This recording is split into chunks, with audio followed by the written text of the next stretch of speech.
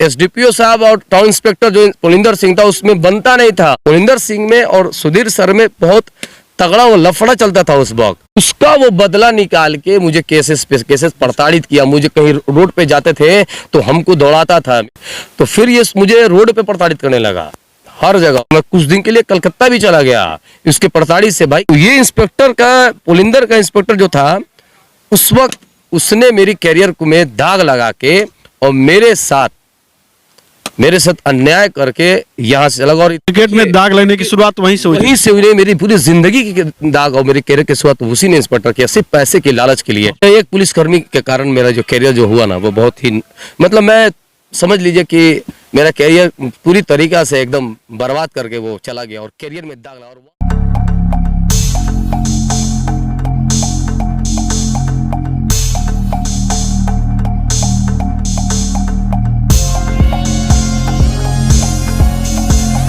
अंदर की मजबूती ही असली मजबूती होती है, जैसे सलूजा गोल्ड टीएमटी सरिया, क्योंकि सिर्फ यही है 24 कैरेट गोल्ड की तरह असली स्टील से बना, जो दे आपके निर्माण को बेमिसाल मजबूती अंदर से। सलूजा गोल्ड टीएमटी सरिया, गारंटी असली स्टील की, गारंटी मजबूती की।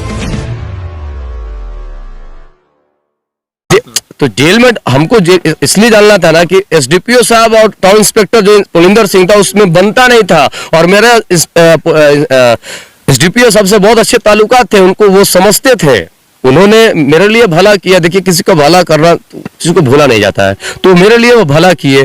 और इंस्पेक्टर और पुलिंदर सिंह में और सुधीर सर में बहुत तगड़ा वो लफड़ा चलता था उस वक्त। वो जो काम करते थे एसडीपीओ साहब उनका विरोध करता था।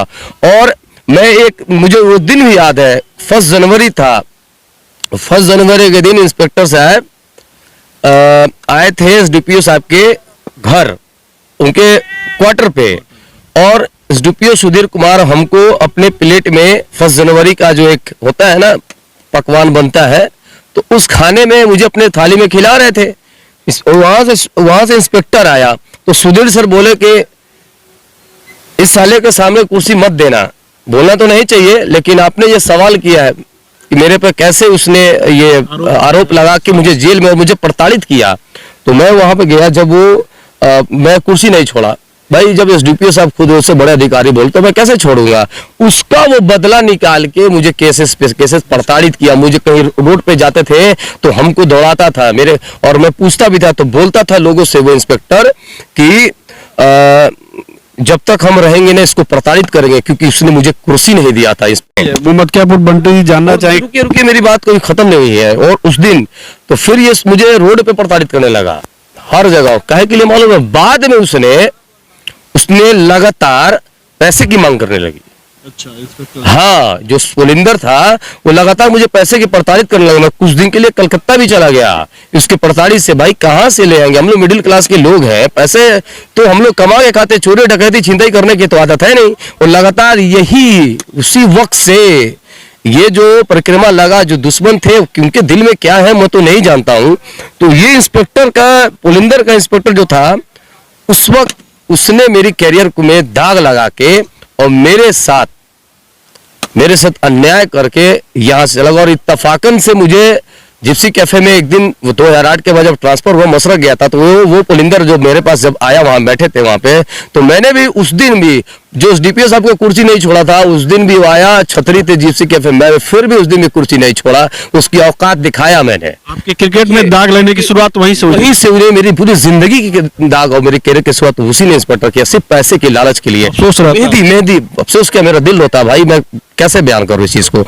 और मैं जब अंदर गया तो सिख मोहल्ला में एक बहुत 2005 में एक आदमी का मर्डर हुआ, मेहदी नाम का एक लड़का था, इरफान कसाई का भाई, उसको जबरदस्ती 50,000 रुपये की मांग की और नहीं देने पर उसको भी जेल भेजा। उससे पूछे तो बोला, और वो निहायत ही शरीफ लोग थे, उनके पास 107 भी नहीं था, उनको भेजा सिर्फ पैसे की लालच में। तो ऐसे पुलिसकर्मी तो बहुत लोगों को, पुलिसकर्मियों के कारण ही आपके क्रिकेट ये एक पुलिसकर्मी के कारण मेरा जो कैरियर जो हुआ ना वो बहुत ही, मतलब मैं समझ लीजिए कि मेरा कैरियर पूरी तरीका से एकदम बर्बाद करके वो चला गया और कैरियर में दाग लगा, और वहां से मेरा जो ट्रैक जो चेंज हुआ, फिर मैं लोगों के लिए लड़ने लगा। 98 और 99 की बात है, वहां पे फर्स्ट टाइम हम जब डिस्ट्रिक्ट खेलने गए थे, कैसर जमाल सर थे, उन्होंने मुझे बुलाया और बुला के 16 था मेरा, लेकिन फिर भी मुझे डिस्ट्रिक्ट, और मैं चाईबासा में पहला डिस्ट्रिक्ट मैच खेला।